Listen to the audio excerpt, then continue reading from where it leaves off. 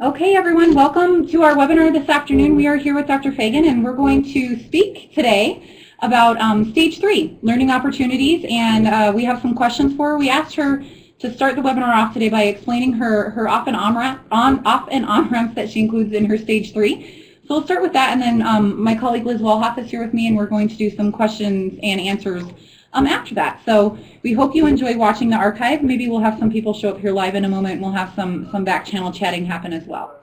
So with that, I'll go ahead and turn it over to Dr. Fagan and let her talk about her differentiation within her Stage 3. Great.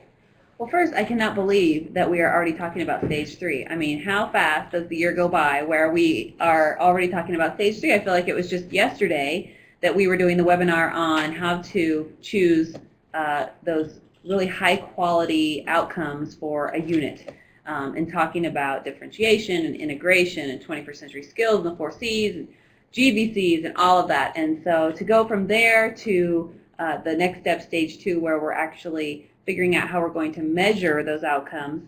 And I know this sounds like something really elementary, but a lot of the units that teachers submit to me to review, actually the outcomes, even if they're really high quality, sometimes are not what's assessed in Stage 2. So just helpful reminder, before you move on to Stage 3, it's always good to make sure that you're concentrating on those same outcomes.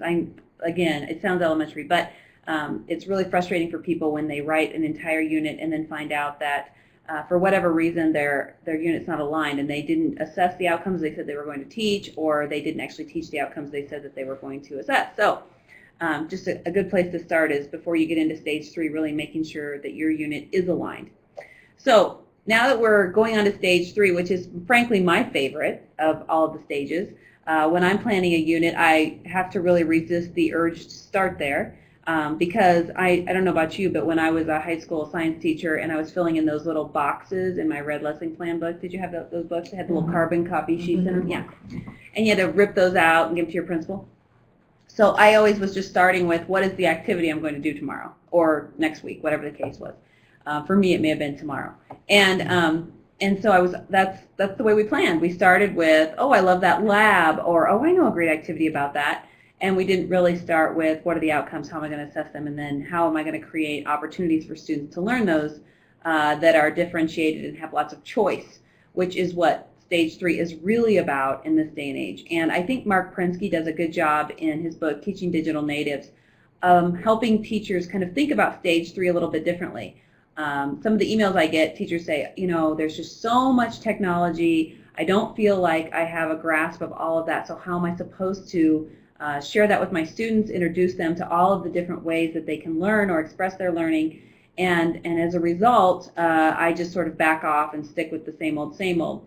Well, what Mark says in his book, and not to steal his thunder because it's a recommended read for sure, is that teachers don't have to know about Windows Movie Maker or any of the other various technology platforms, avenues, pieces of software in order for you to let students use those things. In fact, it's not necessary at all.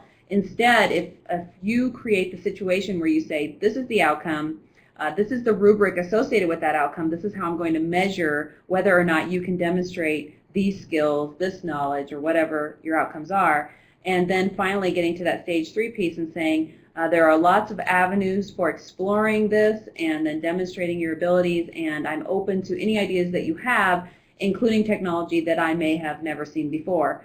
And Mark is very freeing to teachers in that, in saying, choose whatever you feel comfortable letting your students use. And he really encourages people to be wide open about that, everything from open cell phone tests to allowing students to use software or items from home that maybe a school doesn't even have. So when I create my Stage 3, though, there's definitely method to the madness. I literally think through in my mind what this class is going to look and feel like to the participants. And I try to put myself in the role of somebody who's very proficient in the topic and is ready to go to a much higher level. I also put myself in the shoes of somebody who may be newer to the topic. And I recognize that I don't know how far along all of these various people are on these different outcomes. And so part of what I put into Stage 3 is really for me. It's to make me a better instructor so that I'm not standing there leading people down a pathway of something they already know, because that would be a waste of my time and they would be very bored and disengaged. Or the opposite often happens to me. Sometimes I think and perceive that people are much further ahead than they really are, and I need to know that. I need that feedback. And just the other night we were doing, Tiffany and Liz work with me together on the courses I teach, and I teach a course called What is a World-Class Education Anyway for teachers. We taught this course last year, and we probably didn't have as much formative assessment embedded in it because we recognized that everybody was pretty much at a starting place of 0. And this year, however, what we've recognized is people are much further along, and the formative assessment piece is really important so that we can kind of gauge, because just a really concrete example, we've made it through the course, the sort of case for change part of the course, where people construct their own paradigms and mental models about where did education come from, why did we have it, and is it exactly fine the way it is, does it need to change, and if so, why and how, and what does that look like? Well, we've made it through that part. People had presented their sort of, synthesis of all of that there, and it was really kind of an interesting summative evaluation, because it was one of those kind of summatives where they could express their learning any way they wanted as long as it was artistically centered. So we had paintings, we had built geographic forms. I wish I had some of those things to show, because some of them were just really incredible. I mean, there's one thing that I'm reminded of every single time I teach a course, and that is the higher level the task, the more ambiguity in it, with the clearer rubric associated with it, the more people will exceed your expectations. There's just no doubt about that. So we had finished that part of the course, and it was time to move on to okay, we have created this paradigm mental model about what our profession needs to be and why. Let's go there. Let's actually write a unit that will make or help the digital native students be prepared for their future. Well, last year when we started this, we literally had to spend a lot of time on what is a backward design unit, what does that look like, what are the stages, what does quality stage 1 look like. I mean, it was a really entry point of 0 kind of approach, because that's where we were. And I didn't know this year how we would do. I didn't know where people were. I mean, we have 3,400 teachers in this district. I didn't know specifically where these 30 teachers were in their learning, what kind of professional learning they had engaged with, and if it had stuck or not.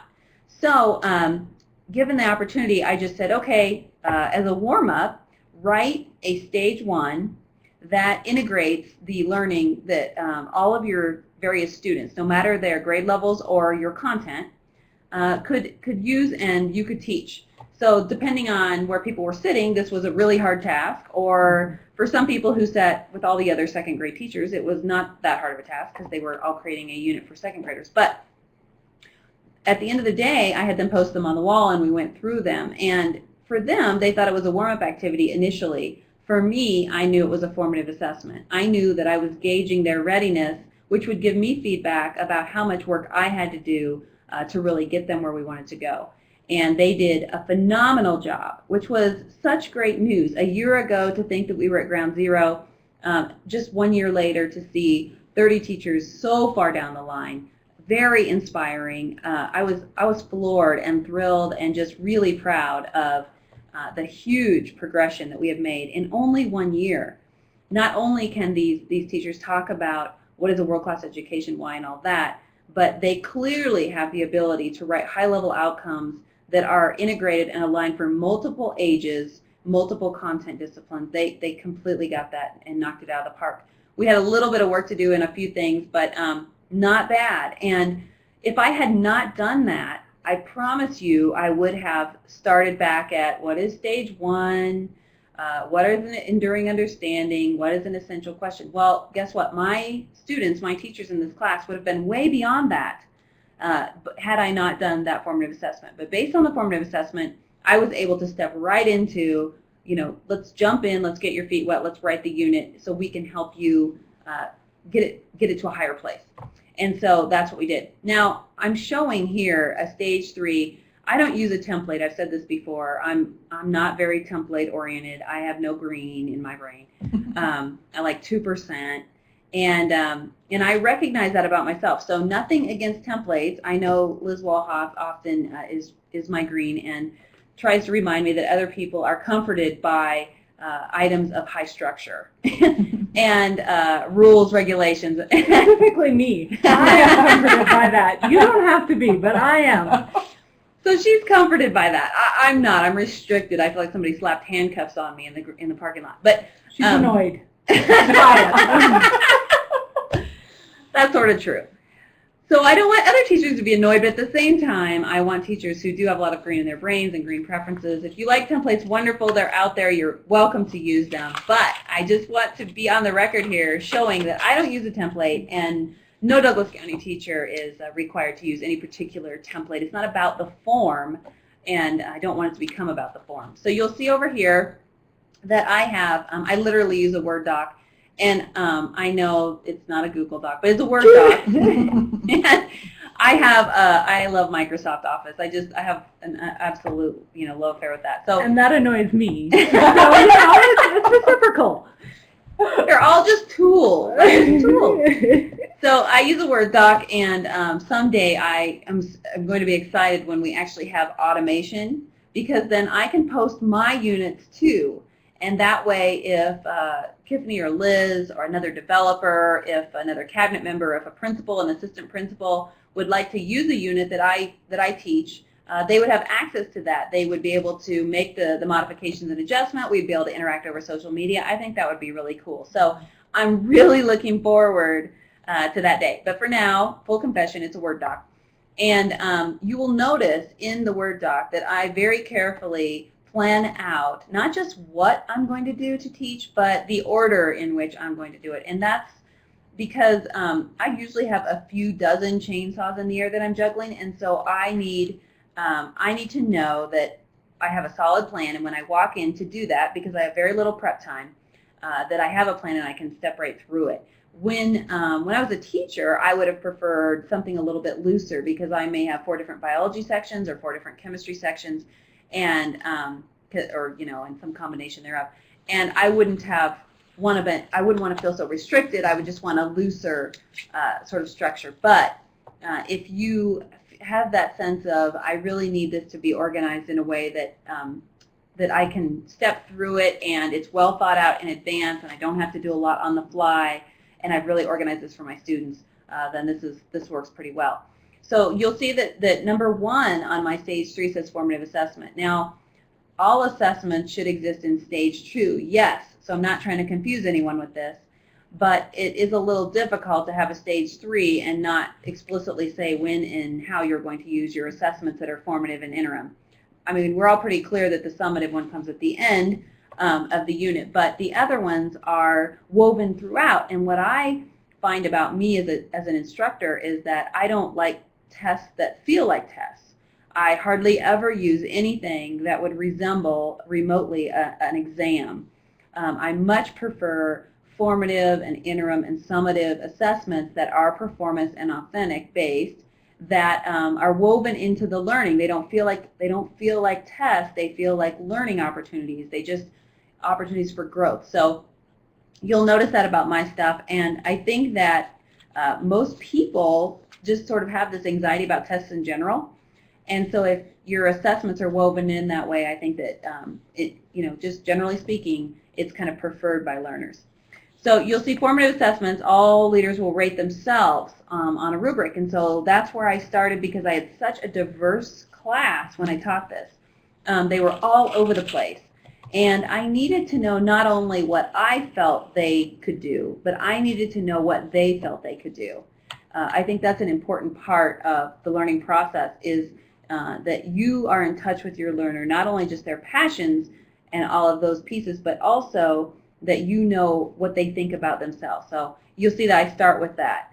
And used an Edmodo survey, it allows each one of them to access it via technology very easily, and then the results are compiled quickly, and I can look at them while they're working on something else, which is really nice too. So then you'll see number 2 was another formative assessment, and this actually worked out really well, because you'll notice number 1 is something they have to fill out on their own. So as people are kind of milling into the classroom, the course, they can start working on number 1 at their leisure and get that done, and then I can immediately launch them into number 2. Now, number 2 is in my view, a formative assessment of people's understanding of the need for change or the cause of rethinking American education and the case for change, all of that.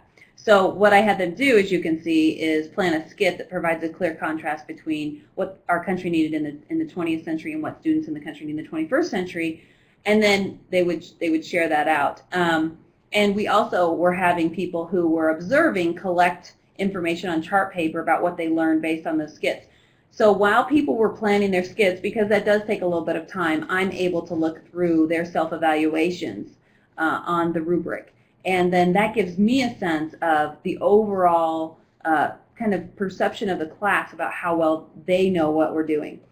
So you'll notice on number 3, this is when I often call these off-ramps. You can call it whatever you want. Again, it's not about the name or the template, but it's just about the practice or the process here. And the process is that if you collect formative data but you don't intend to do anything with it, it's really not all that useful.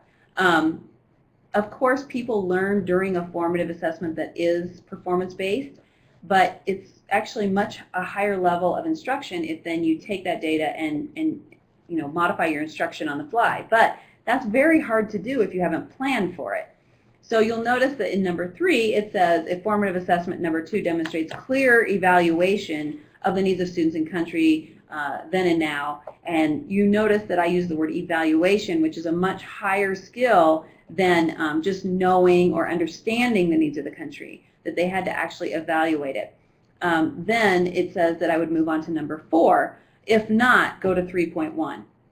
So for my particular methodology, and you can use whatever works for you, you'll notice that whenever there's a decimal point on a number, it's an off-ramp. So Very green of you. I was just going to say exactly the same thing. I was going to go, how green of you. I like that. You just made me happy in my soul right there. Can I ask a brief question about that? Yeah. So I noticed you're saying, if they're struggling with that outcome, then go to 3.1. Could you potentially also include off-ramps for students who are possibly showing above and beyond typical knowledge or growth or evaluation for your gifted learners? I guess. I don't know what I would call them. I mean, it's a good question. I don't. The runaway truck ramp? Yeah. I mean, what if somebody shows you not only do they have that, but they're likely to ace 4 already too? Then, for me, I think that I am inclined to move them right ahead. Just keep moving them forward to go. Right, because I mean there is a methodical nature of my lesson design. I mean, there's a learning progression behind it. I understand the order in which people have to learn certain things. I've organized my stage 3 that way. If they are demonstrating high level of competency on items of the learning progression, then I know I need to just get to the next item. Luckily, in this particular class, I had a sense of what the ceiling was, and I think most teachers do. Yeah. I had a sense of the ceiling, so what I did was I planned right below the ceiling. And I was more concerned that people wouldn't be able to reach that. So I really planned close to what I felt the ceiling was, and then I just did off-ramps for in the event that the ceiling or even near the ceiling is way too high for members of the group or the group as a whole, I have alternative strategies built in. So you'll notice that on 3.1, Henry Ford assembly line versus the Web Research Today learning opportunity, that's a learning opportunity that I've done with other people where I say, okay, you're Henry Ford, what do you want your assembly line workers, thing. Yeah. We've done that. And and then, go online. Okay, so I had planned to off-ramp if they don't have a sense of the difference between the 20th and 21st century. I had planned a way to get them there. And they would have had to demonstrate that to me through that learning opportunity before we could go on. So let me think of a classroom example where I have 35 kids. What if I have 8 who need that off-ramp, and I'm in secondary, and then I have whatever the balance is, who seem like they're doing okay, and maybe we have 4 who are clearly ready to go on. How would you just manage that? I'm trying to wrap my brain around that. I don't think that's hard at all. As long as you tell have me how it's not hard. Because I think if your lesson has you on the stage, you're right. It's going to be almost impossible. Okay. But most of the things I have planned throughout here do not require me to do the work. Uh-huh. They require the learners to do the work. And so I could easily have broken off 4 people in this class and said, You're doing this. you're doing the instead. Henry Ford, Mark Zuckerberg thing, and here, by the way, are the instructions, and I'll be back, Yeah. and you can ask me any questions that you have. Then it's almost a rotation model. It is like a rotation. And then Uh-huh. I would have gone over Blended. here and said, okay, they're working on this, that will better meet their needs, that Uh-huh. blah, blah, blah. Let's move on to the 3 stages of backward planning. And we actually had, we had another sort of like 1, 2, 3 cards. Do you remember that? I don't know if you guys were there for that, but Yeah, with yeah, the yeah. cards, right, to do another level of formative assessment. It was possible at that point, I would have had people that were way beyond Mm-hmm. knowing what goes in stage 1, 2, and 3. Mhm. And then I would have had people that didn't know what went in what Right, stage. right, right. So it's possible I could have had an off-ramp again. Yeah. These guys over here working on Henry Ford, Mark Zuckerberg, these guys over here would have had to off-ramp onto what are the stages of backward planning with a build your grilled cheese Uh-huh. lesson, Uh-huh. right? Do you remember those? Yeah. Yeah. And these people over here would have moved on to the next level of that work. So that would be 3.1.1. But the key Yes. to what she's saying, though, and Yeah. this is, I think, something that I've really appreciated so much about having a learning progression for professional development for teachers, is if you have that, it's almost like the master backward plan of your whole year or your whole Uh-huh. course or your whole system, Because then you whatever know the where case you're may headed. be. Because then you know what comes Next. way further down the road, so it Yeah, makes it a because you little have bit to easier to skip ratchet ahead. up, or You're you can keep track of absolutely where right. you're at. If you don't know the learning progression of what you're teaching, the big picture of it, this is Then it's hard. impossible to do. Yeah. It's because if impossible you're to do. planning individual units here and there, I mean, for me, that's the thing I keep thinking. Yeah. With backward planning, at the stage I am now, I would have to go and take the curriculum for the entire year. So I'm going to look at Spanish 2 in its Yeah. current, take the curriculum for the entire year and then chunk it almost. So if you had, I mean, Mhm. really kids who are flying through stuff, they can fly through the entire Mhm, learning progression yeah. and start on Spanish 3 at Yeah. semester or whatever the Yeah, case you may be. But you have theoretically to could. understand the whole, I mean, you have to look at it from huge sky view, Yeah. not Yeah. even Balcony just view. unit view. And you have to know that you have quality learning Mhm. opportunities developed for each of those things Right. in advance. I mean, That are student-centered, independent from Yeah. you being the stage on the stage. right. I mean, Mhm. if I don't have something to teach them the case for change in American education, then I'm in trouble Then because I what got to go over happens here when and you tell have them. people? Yeah. Yeah. Or Yeah. what am I going to do? So it's really important that for each item on your learning progression, you've already developed in your mind, or hopefully Mhm. more, Mm-hmm. how would I facilitate learning of these things? And there should be more than one way, okay? Mhm. And you should just know it. Like I know if I need work on the stages of backward planning, I'm going to the bicycle unit. I'm going there. My question, well, I have an observation and a question. My observation first is that it almost shifts the cognitive load for me, because sometimes when I'm in the classroom and I'm doing this demand, I'm making decisions quickly, I'm doing all that kind of stuff, but if I have, and that requires just really intensive cognitive load at that time. Mm-hmm. But that's if I'm sage on the stage. Whereas if I've done a lot of this pre-planning and okay, if they do this, then these people will do this, and if these people do this, then they'll go down this path. If it goes in that way, then it's almost like my heavy lifting mentally has to happen in the planning stage. And then when I get to the in the classroom stage, it's just sift and sort a little bit, and they are more active.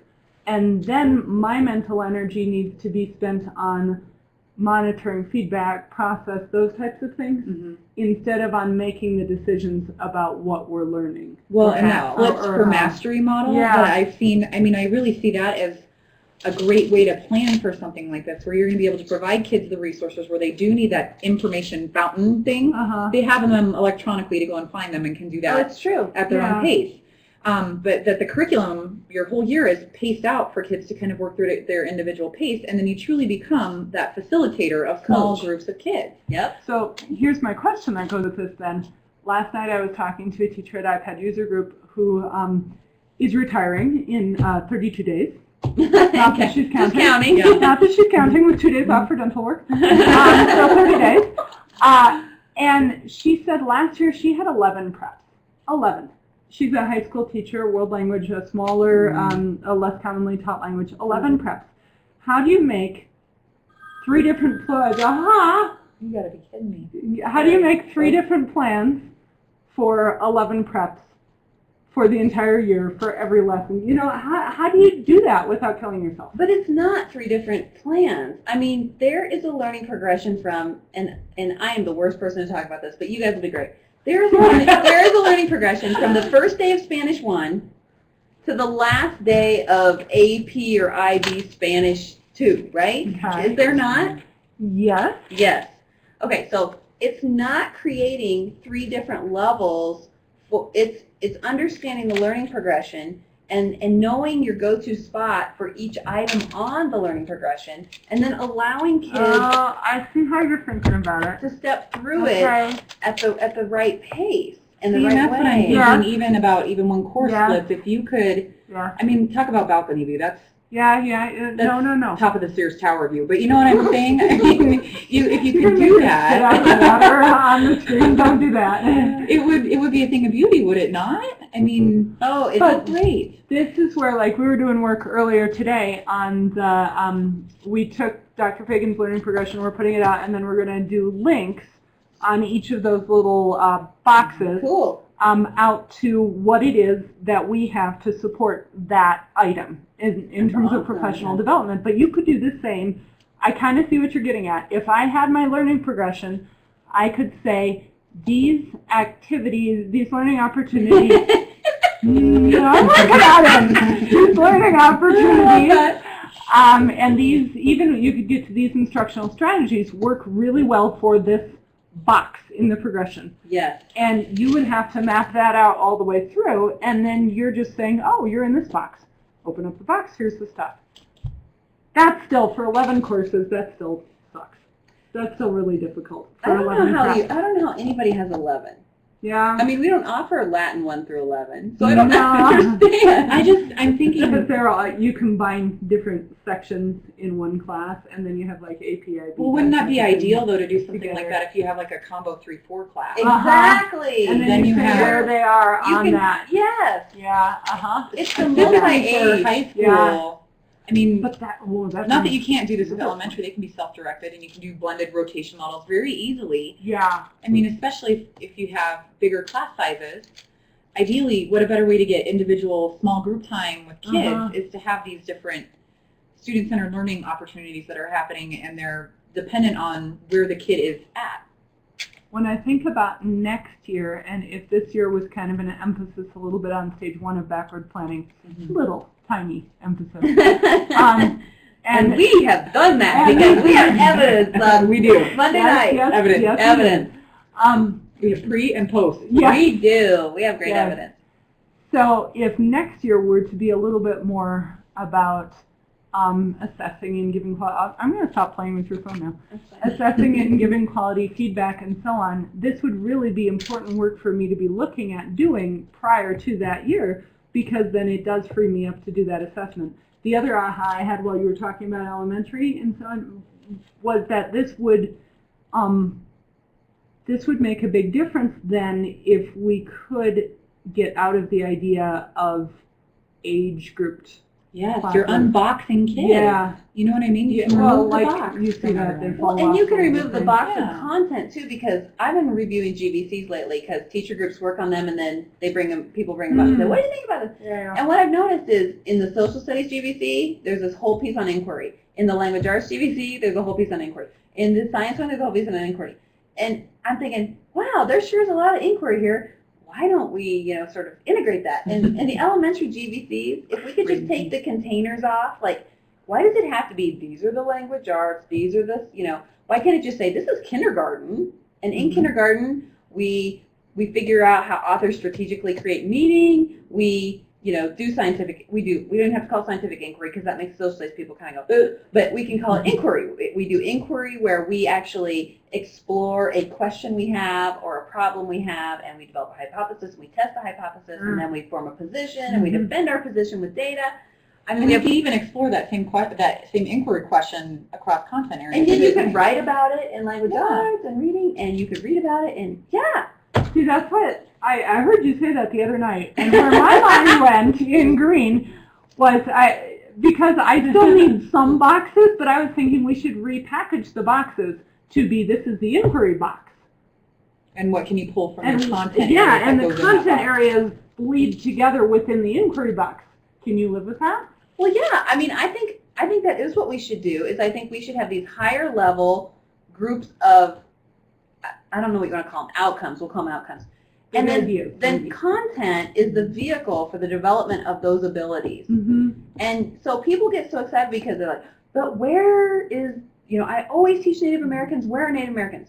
They're anywhere in here that makes perfect Social sense. roles and societal roles and responsibilities, for Exactly. example. Or ethics.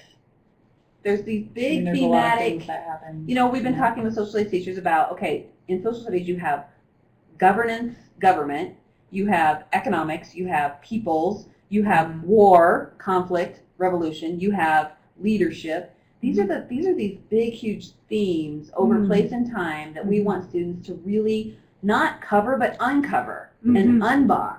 And so to then use these skills like inquiry and systems thinking to develop students' abilities in leadership and studying the difference between different leaders across different places in time in the Western Hemisphere, because that's what the course is or whatever. But that's much at a higher level than just in this year this happened and then Well, in it's this connected year. learning. You're Right. connecting your learning. It's not living in pockets of isolation.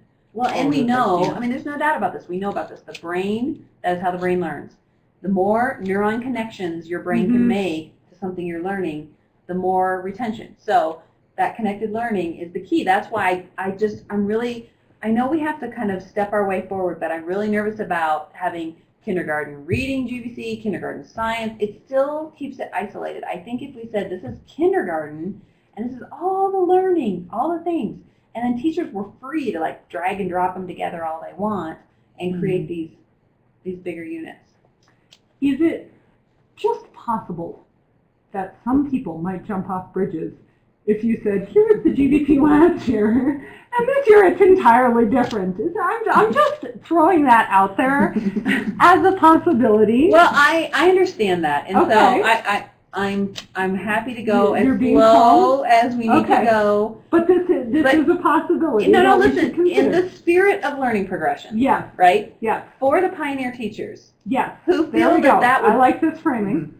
for the pioneer teachers who feel like, oh my gosh, that would free me. I would feel free Mhm. to do what is right and to create these amazing.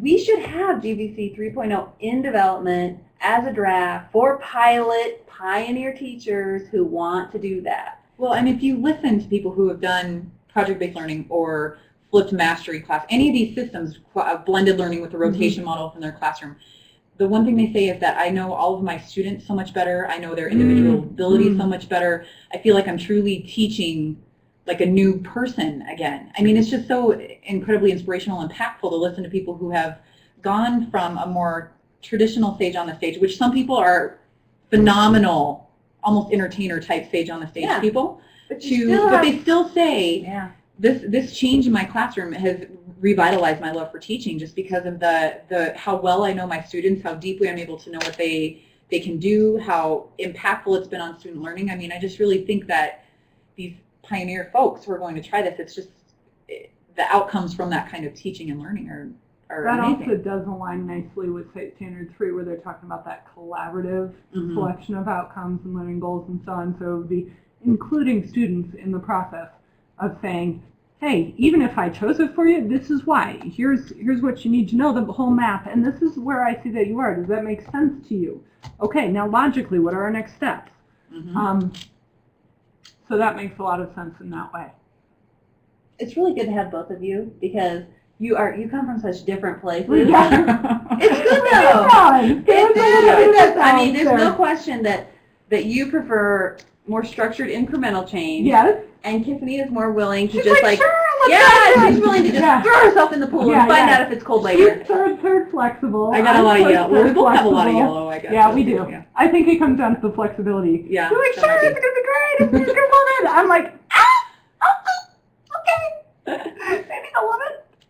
I can get Hey, behind I the love it if idea. I can see how it makes things better or how it improves student learning. Anything that I've seen evidence of or can get a sense of that being incredibly impactful and effective Mhm.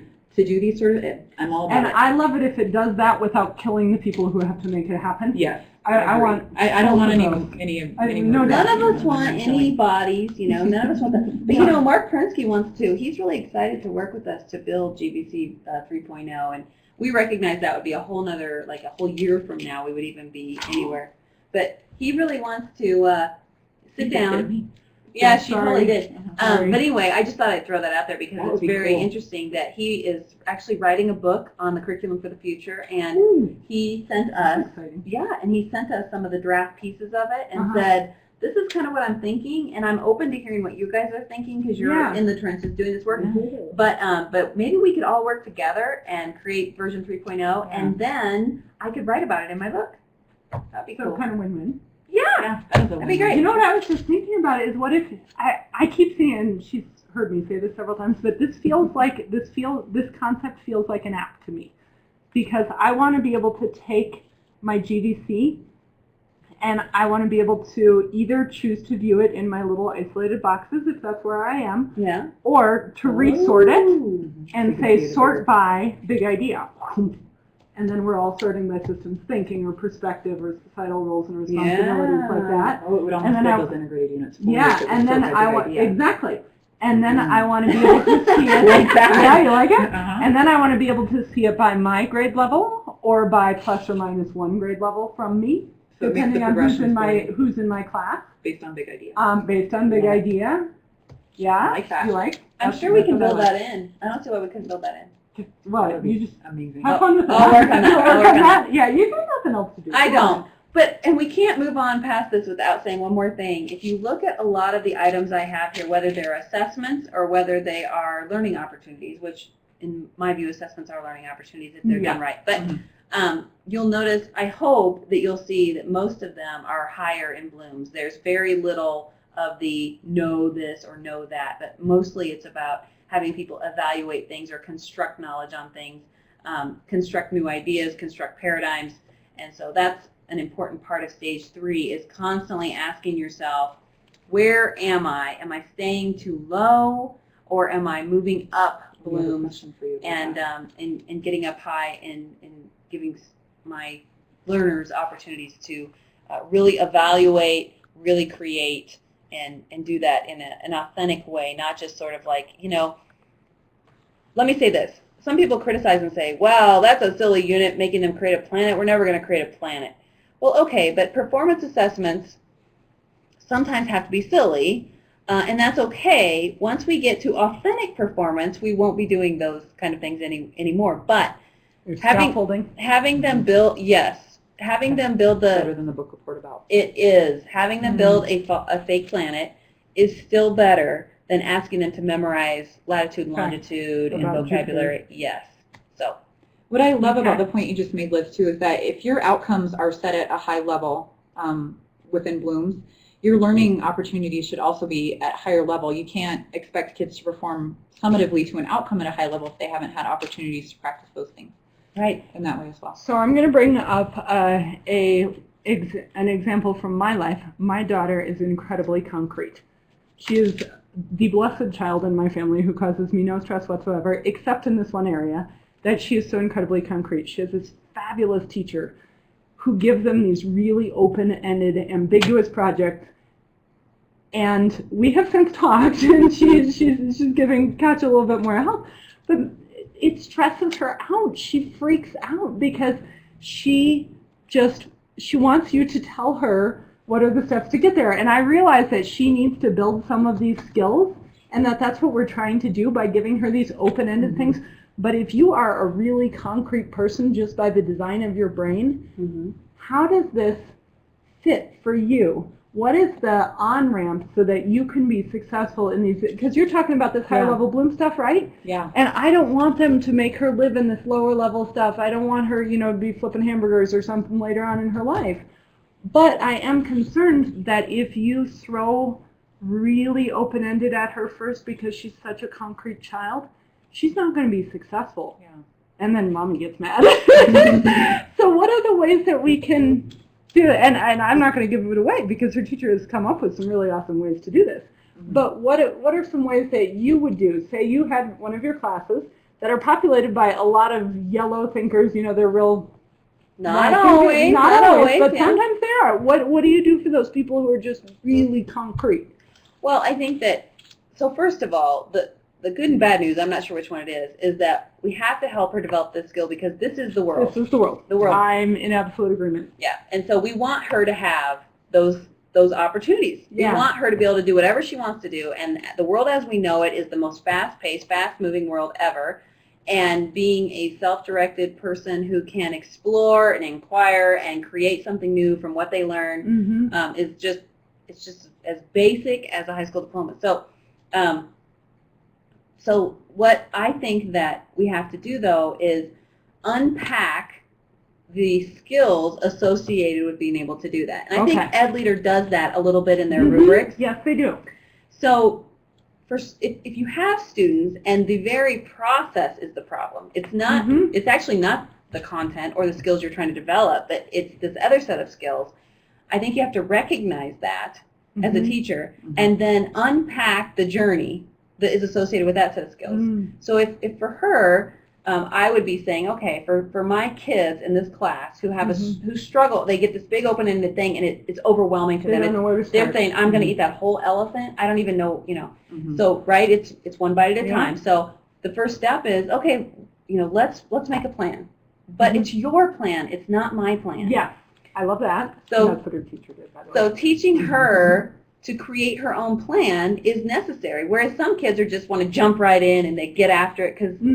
they're That's inclined. how they are. Yeah. Mhm. But realizing that other kids are like, whoa, and depending on where they are in the progression of our pre-K through 12 existence, we probably trained them that we're Mhm. going to give them every step. Yeah. And so I've watched kids struggle because of our expectations and them Mhm. saying, geez, always before, just do the worksheet, write the vocabulary, get the test. Where's that? So we have to say, okay, we own that. And then we have Mhm. to teach them how to attack these big problems in a systemic way. And it is systems thinking. It's Mhm. seeing the system or the elephant, Mhm. figuring out the parts, the leverage of the Mhm. parts, making a plan. So I think that teachers can actually integrate. We've always done really well integrating responsibility. You didn't hand it in on time, you get an F, or whatever, Mhm. right? Sure. We're really good at that. The responsibility skill, Mhm. compliance. We have to be able to do that with these other skills and see that they are skills to be taught. It's not, was Johnny born creative? No, that's not it. Mhm. It's not, is Sally just able to attack a big problem? No, we have to teach those things. And be able to provide kids with feedback Yeah, on them. Mhm. on how well they did. And Mhm. yeah, and like you were saying about teach it, the concrete skills that make that up. And you did refer to the Ed Leader 21 rubrics, and that is something that I like about those. And we're addressing it in our basics courses also. These skills, 21st century skills, are not necessarily amorphous, completely ambiguous things. There are widely accepted component parts Mhm. Yes. that can be assessed and looked at. So that's of great value. So I appreciate that on-ramp from my personal perspective as a mom. I'm like, I just want, like every mom, I just want my kids to be successful. Absolutely. And I have one that loves that kind of thing. You open-ended it, he's going to go all over. And I have one that, no. She needs it broken down. Well, what you're speaking to, and this makes a nice Yes, segue, if yes, it's okay yes. with you, Liz, we just have a few questions we wanted to ask about stage 3. Okay. So according to the learning progressions document that we've been working from, teachers, some of the deeper dive, more kind of in-depth focuses of stage 3, once you understand the basic components of it, are that learning opportunities should be sustainable, Right. differentiated, Mm-hmm. with integrated content, Mm-hmm. include 21st century skills where appropriate, and that they're engaging. Mm-hmm. So I think what we just saw a good example of in the case of Liz's daughter was some good differentiation that's happening for her daughter based on her needs. Yep.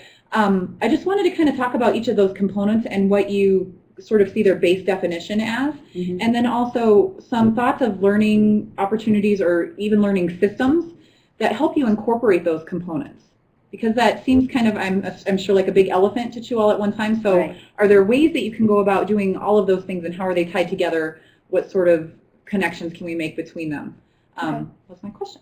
That is a big question, but I'm happy to answer that. So you have sustainable first, and we've sort of defined sustainable in Douglas County as the top of Bloom's because we know the retention rates based on the Mhm. brain science when you have somebody synthesize, analyze, evaluate, and create is much higher than if you just have know and understand. So Like that learning by doing. Learning that Yeah. sticks. is Yeah. how I think learning of it. that sticks. But teachers say, okay, so how do I know if I've created a strategy that is learning that sticks? Well, you know if you're asking your kids to evaluate something, if you're asking your kids to create something with what they've learned. If you're asking them to memorize, then you're not creating sustainable learning. And I think that's the first test. I think that's the first thing people have to really think about. And the way that we've organized the learning progression is with increasing difficulty. So you start with the whole notion of sustainable, which is we've related to Bloom's, and then you go next to differentiated, which we did just have a conversation about that. But now you've got this idea that you're going to have your students create something, and it's going to be a sustainable strategy. Now you have to think about, does that work for everybody? Mm-hmm. And you have to differentiate that strategy and have those off-ramps that are appropriate. And I think that your example was a good one. And make sure that there isn't a ceiling. Right. Well, and that there's different kinds that that we've there- talked with Natasha Stray in our office a lot Yeah, about the she's different been kinds of teaching me on that. differentiation, you know, process, content, assessment, Product. product. Yeah. So that there are different ways that you can differentiate Yeah. for different kids. Well, and every student is unique. Just like when I go to my physician, I want him to prescribe based purely on me and what I need, right? Not statistical norms, not, what the majority and the masses need, but I Right. want him to know me, and I want him to create a pathway that is unique to me, and I think that that's no different than what we're asking for here. Then integrated content is the next level. So if you're comfortable doing those first two, what other content is just naturally integrated in there? Where can you say, I didn't plan to integrate this with science, but boy, it sure makes a lot of sense.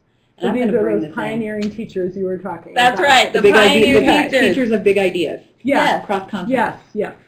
Yeah, I mean, if, like I said, when you look at the GVCs, you're going to see things appear over and over again. And it just begs the question, right? It begs the question, why don't we integrate that? Especially when they appear over and over again, K-12.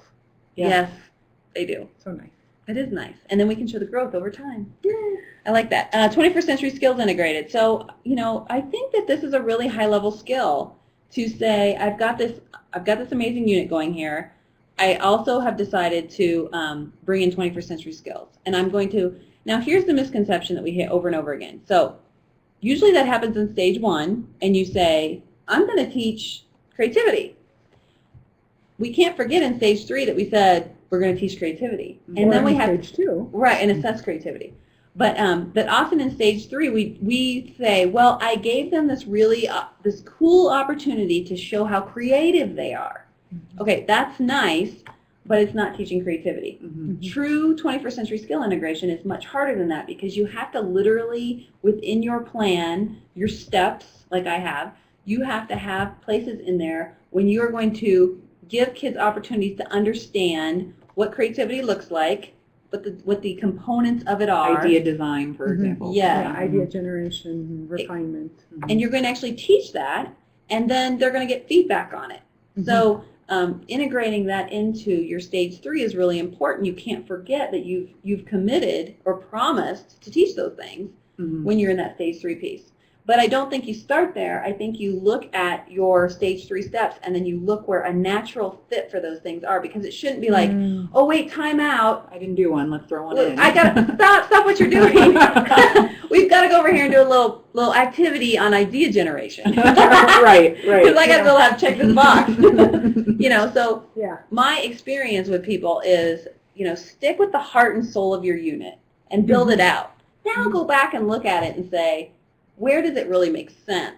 And where students would feel like, oh yeah, that makes perfect sense for us to do that right now, right here. during this. And that also goes to what you were saying earlier about look at what the assessment is, and then make sure that you're giving students the opportunities to practice and get good at that stuff so that they can be successful on that assessment. Because, that's kind of the goal. Yeah. So, We hope. Yeah, And this is hard. I mean, I have to say, the reason this is toward the bottom is it's very hard because, I'll tell you why. When on my formative assessment at the top of this unit, I have them create a skit, right? Mm-hmm. That's a wonderful opportunity for me to formatively assess their collaboration and their creativity. Actually, even their communication. I mean, it's perfect. I could do a formative assessment using the 4 C's rubrics on those 3 C's during the skit, as well as understand whether or not they're ready to move on.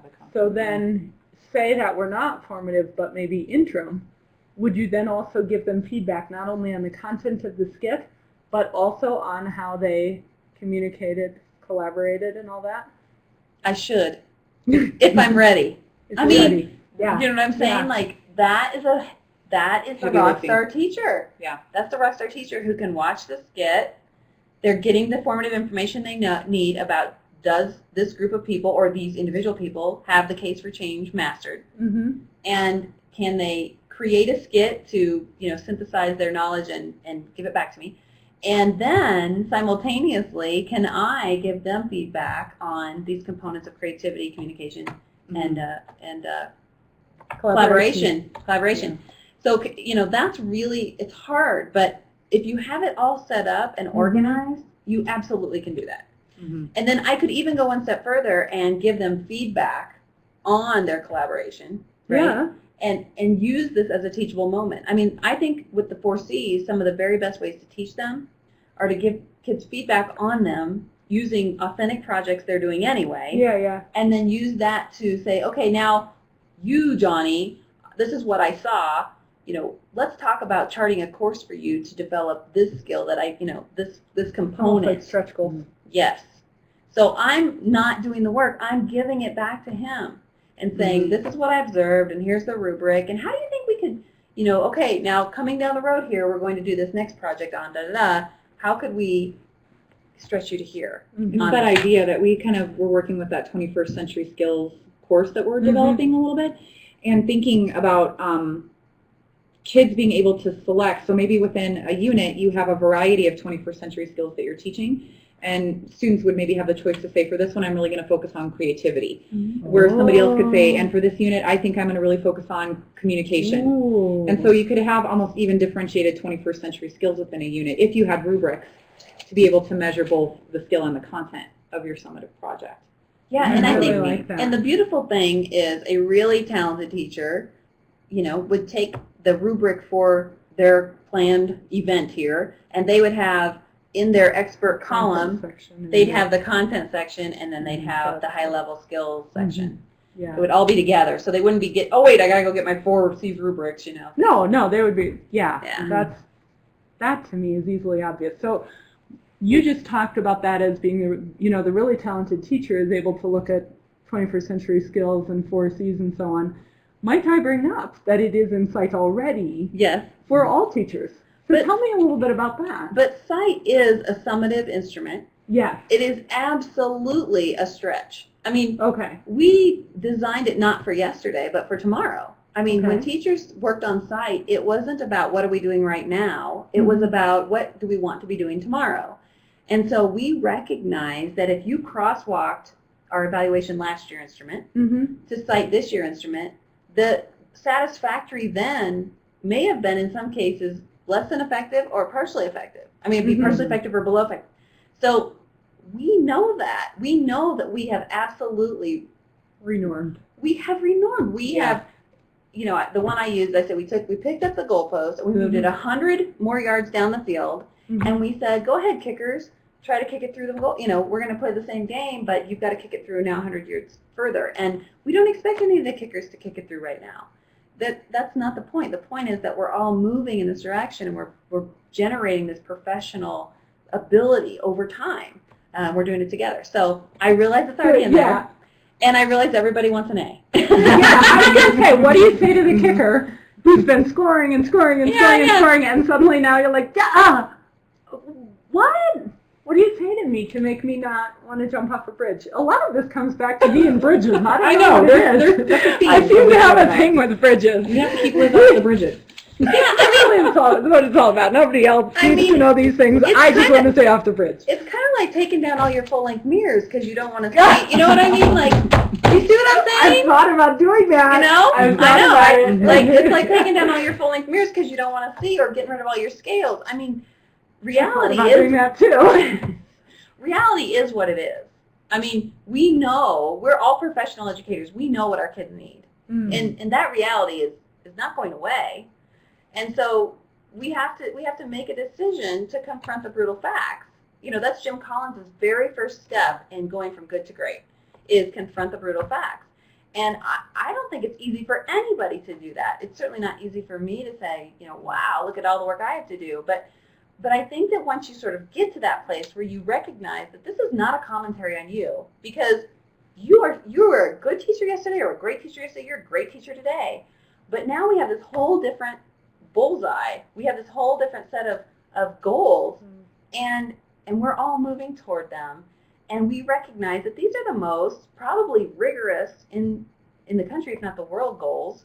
And that Douglas County teachers are some of the best, most talented teachers that there are. So if anybody is prepared to show what is possible in American education, that we don't need top-down intervention, what we need is a focus on the right things and support to get there, I think it's here. And so, but I realize, I mean, I was an A student. I wouldn't want to go to be a C student. I get it.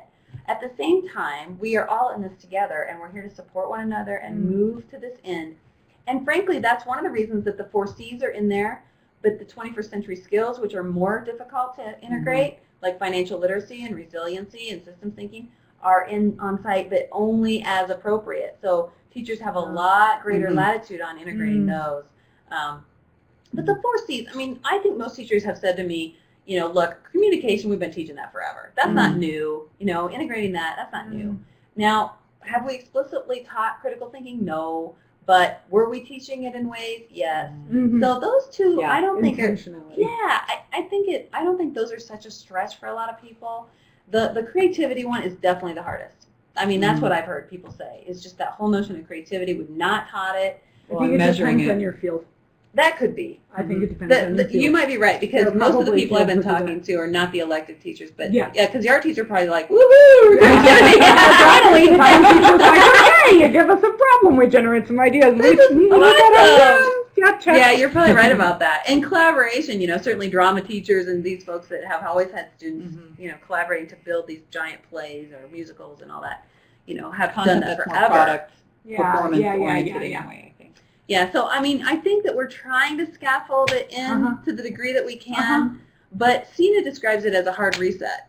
Yeah. You know, Park is going to be a hard reset for our kids. Yeah. Yeah. That's I mean, absolutely true. I think I was thinking about how you were just describing the kicker experience and thinking that, you know, maybe we have been big fish in small pools for quite a while, but in reality, our kids' pool now is a global one. It's a bigger pool. So we may be the same size fish. right. It's just that Yeah. our pool is. Well, I mean, the world different. has changed, and we have been going through 10 years of No Child Left Untested, and so we haven't had the opportunity to sort of be free and be what we need to be. And, you know, when you have a 10-year or maybe even longer gap, then you do, and then all of a sudden you do the hard reset, and you say, this is where we need to be. It's going to be a big journey. Yeah.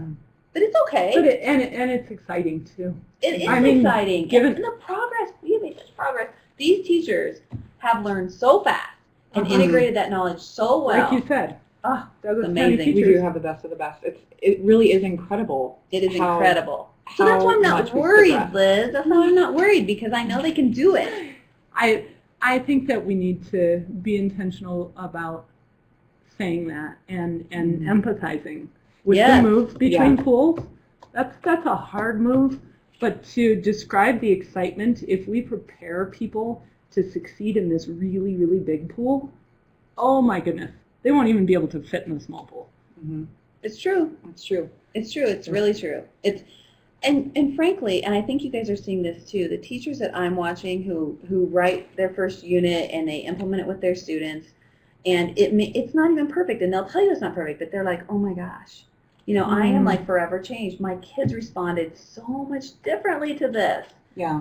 I mean, We're seeing it. I mean, we're doing Just the change agent Kool-Aid. this year with Yeah. our administrators too. The difference in the backwards plans that we started with and Oh, yeah. the final ones. I mean, it's just incredible the amount of growth we've seen. Well, and and even from us I too. say all the And time. from us too. and We from thought us this was too. good, and now Yeah. it's not. Like, Yeah. we realized this wasn't very good. Yeah, and we were showing it all. guys are Like, funny. oh, you can look at this as an example. Sure, we think it's great. And now we look at it and we're like, oh, I'm so embarrassed. You know what? No, here's what I love about Sorry. that is our teachers are going through that same iterative process Yeah. where they're starting to look at their own stuff and go, oh, I thought that was so good. It's not good at all. Yeah. And it's really fun We're to do knowing this. what we They're didn't know. acknowledging the big pool. Yeah. The other thing is, frankly, sight. I mean, we've always known education teaching is a profession, right? But people sort of like, wow, I could do that, blah, blah, blah. And it's true. If you go in and you say, and you use the teacher's edition and you ask the questions it has, and you have the kids do the vocabulary and define Very the word, programmatic. right? Like most people off the street, basic people could do that. Mhm. What we have in sight is such a profession and is such a level of professionalism Craftsmanship. and Yeah. craftsmanship and the art and science of education all brought together. I mean, I just really feel like it's going to take our profession to a place that has long needed to be, but people are going to recognize the rigor of what this is about. I really think so. I think it's magic when beautiful instruction happens in the classroom. And I wish more people could see it. Of course, they probably wouldn't get as excited about it as I do. I'm like, oh, goosebumps and everything. But No, I think I think- everybody feels that way. I think Yeah. most educators do. here, I'm saying on the street, Yeah. people Oh, might on the look street, at that and say, yeah, really, that was amazing. I'm like, no, you don't know this kid and this kid and this kid and what just happened here. It was awesome. Yeah. But the thing So- is, parents know it. That's true. Parents know That's it. true. They see the difference. They feel the difference, and their value and love of what we're doing is really incredible. Parents who have had the opportunity to have this sort of change, or a teacher try a different unit, and the teacher sort of explaining that to the parents, like, look at my Famous Americans unit. I used to just do this, and now we've got these QR codes, and the kids have developed these how these Famous Americans have influenced what we have today, and there's this whole hallway built in. Parents are like, wow, this is way beyond just dressing up like Pocahontas and coming in with your note card. Yeah. I Yeah. mean, it's really Impactful. it's making a big difference. I think we're Yeah, we're about done, but I have to do my last one because Okay. I have to finish. yeah. Okay. Oh, Yeah. nice. Well, I do. I like it. So Very great. engaging is the last one, and I just want to point out that that's really about relevance, and that's really about authenticity. And so I want to. Sometimes people say, well, it has to be fun, and yes, fun is good, but play, passion, purpose, Yeah. relevant, these kind of things. Authentic audience. Yes, it's all about.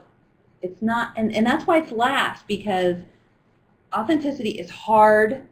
Play, passion, purpose is hard. We haven't taught that way. We just haven't. We've said, look, you got to know this because I said so. That's the way it is. And you want somebody else told me you have to know this. Right, Yeah, and- yeah. or the you textbook need, says it's in this. or higher ed or- wants you to have this class, Right. and you need an Right. A, and that's the way it is. So that last one is really the highest level of differentiation, but bringing that authenticity to the table. So I had to finish that, Very nice. and then you're going to have to. I appreciate you having to finish. I know, that was very good. And And we engaging, did. that's important. We Yeah, didn't get to no. the rest of them, but you guys will have to do that another day. Yeah. we can Another do it day. Well, thank you, everyone. Do you want to hopefully- remind them? Yeah, yes, about the credit. How to, yeah. So in order to gain credit for the webinar series, you are going to access this link through a Moodle course. Just follow the directions that are on that page, and you need to make sure at the very bottom there's a link for you to also register for the online session, for the archive session. You'll need to do that, and our office will get you credit. You'll also need to create a new page in your ePortfolio and answer the questions for a Stage 3 webinar, because we are starting and actually kind of finishing up our webinar series for this year on three stages. So, Yeah. and if, of course, if you have any questions, you can either email myself or Liz Walhoff, or really anyone in the Center for Professional Development. We'd be happy to help you. Yes, please don't let it take any of your time. If you have to spend more than 10 minutes figuring out how to do this, you've spent too long, email us. We'll help you. There are disembodied hands here. Thank you again for joining us. Have a great day. Bye.